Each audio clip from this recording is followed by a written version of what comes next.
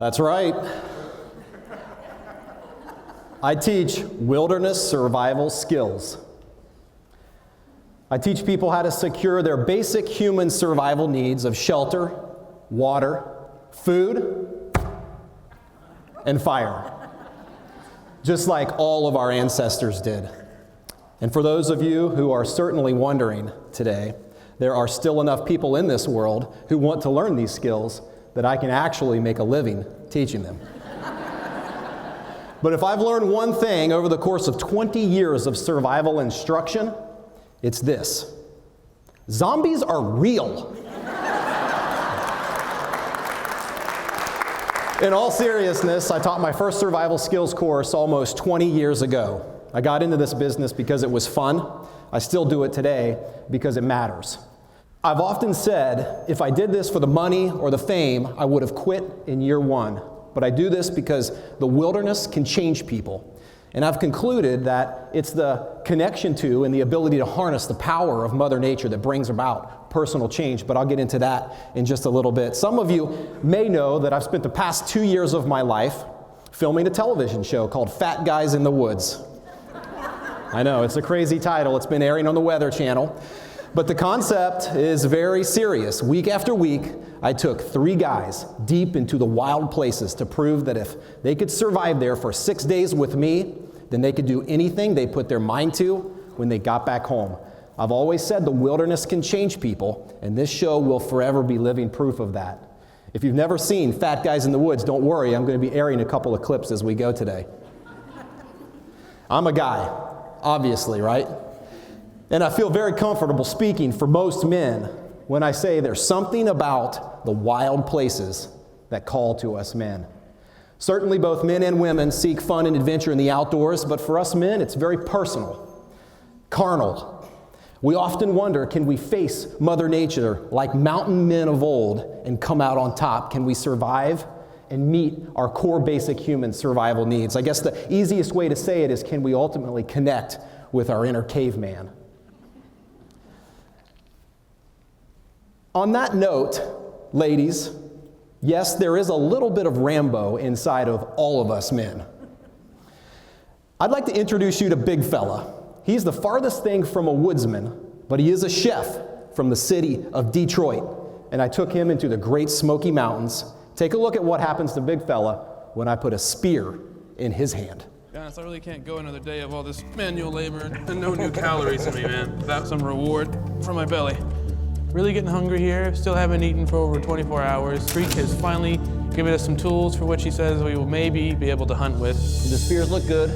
Let's grab our packs and head. All right. I'm hungry. I'm ready to kill. I don't care what's gotta die today. I don't care if it's a plant, I don't care if it's a fish, I don't care what it is. Something's dying, and it ain't gonna be Big Fella. Something's gonna die. You know, maybe I was using too broad of strokes when I said there's a little bit of Rambo in all of us men. Because now I want to introduce you to Chris. He had a slightly different experience connecting with his inner caveman deep in the Great Smoky Mountains. Take a watch. What the I'm so freaking scared right now. There literally could be anything lurking out there right now. Okay, I don't know how I'm gonna make it tonight. I mean, really? Ain't nobody got time for this. What am I doing? What the hell I love you, Chris. I got myself into? If I die tonight, this is my time to be a big boy. I'm embarrassed to say this, but I'm a grown-ass man. But I am afraid of the dark. You know what? I know.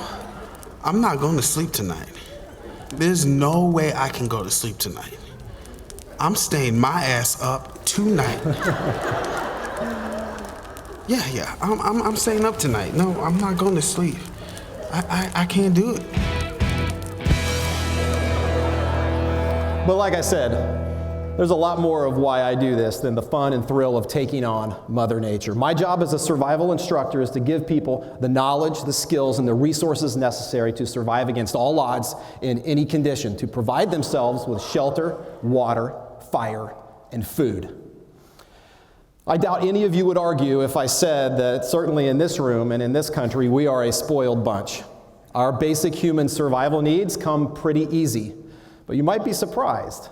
If you strip away all the modern conveniences that we enjoy every day, every hour, down to every single minute, maybe those survival needs wouldn't come so easy. You might find that you would have to scratch, claw, fight, climb, and work extremely hard for the simplest of survival needs. Even a drink of water can be very difficult to secure in some environments. But through that process, through that struggle, comes an incredible sense of perspective, quite unlike any scenario I can think of can provide. And through perspective comes appreciation. I'd like to introduce you to Johnny, Parker, and Chris, the same Chris that you just saw. I took these guys deep into the Great Smoky Mountains. We're on day 3 of our 6-day journey. We're starving. We've set a wild boar trap, which has panned out to be successful. Watch as these 3 guys get a huge dose of perspective about where their food comes from. Oh my God.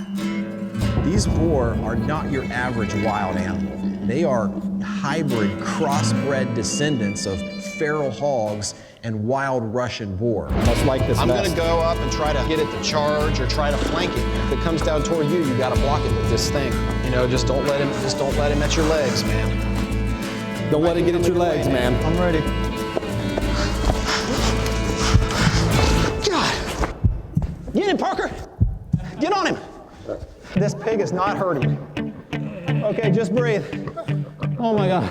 Parker. What do I do? Holy mackerel. All right, now what? Johnny. I'm gonna have to do it, aren't I?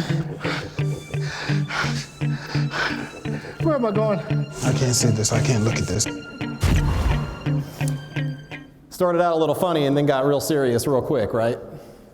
I spared you guys the gory details, but Johnny, the guy in the end there, would ultimately take the knife from my hip and stab that wild boar through the heart. Trust me, he has a new perspective and appreciation for where the meat he eats comes these days. Parker, the guy in the blue jacket, well, he became a vegetarian right in the bottom of that boar pit. And you saw Chris, he couldn't even watch where his food comes from. None of you would argue that it's important to understand the perspective and the process that has to take place in order for food to reach the plate in front of our face. Perspective brings about appreciation, not just for food, but for all of the survival necessities that we enjoy, the water we drink, the bed we sleep in, no matter what its condition, and the people who we love the most, who we often take the most for granted. Survival skills are fun. They bring about adventure and thrill, which fosters perspective and appreciation, which ultimately transforms, I found, into a very unique form of fulfillment. Some of you might know someone, maybe that someone is yourself, who is in a constant search for fulfillment, oftentimes maybe even in the wrong places. Let's think about it.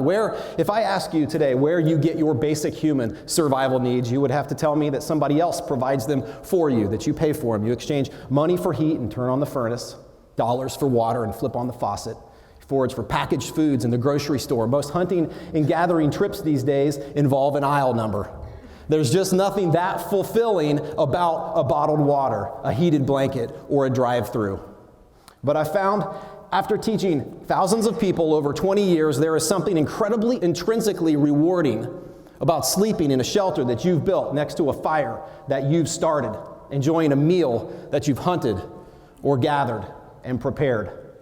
Life began in a wild garden, and I found that for many, an incredible sense of fulfillment can be found back in the wild places.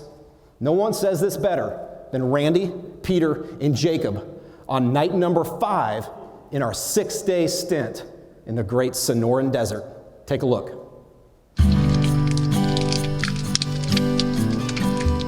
I honestly feel really, peaceful tonight. I just want my wife to know that I love her more than life itself, and she's gonna see a changed man when I walk back through that door. Starting out, I thought she was better than me, and when we would walk together down the street, people would think, why is she with him? But I don't think that anymore. I'm just excited to see what I'm gonna look like on the other side of this thing, because now I know that I can accomplish anything. It just took 27 years to figure it out. This has been an incredible week. I got through something I never thought I'd be able to do in my entire life. And as much as it hurt, it's pain that's made me grow. Sometimes you need to go halfway across the continent before you can find yourself again.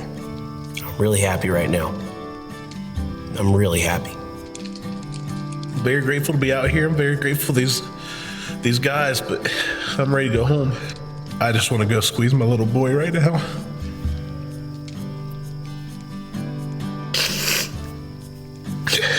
I've never been away from him this long.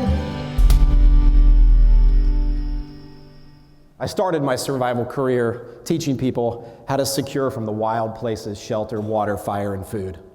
I still do that today, the exact same thing, except now I do it with the certain knowledge that not only can the skills I teach save someone's life one day, but they can also change that same life today. But even if the only thing someone gets from me when I take them out is learning the survival skills themselves, I've still done my job. Because friends, in this country and in every single day, individuals find themselves in sudden and unexpected survival scenarios where the knowledge they have, the skills they've learned, and the resources they can scavenge combine to make the difference between life and death. Survival skills are just as important in 2015 as they ever were. And with that, I'll end my talk the same way I end every other that I give, and that's with this. Friends, remember, it's not if, but when. God bless, and make your own luck.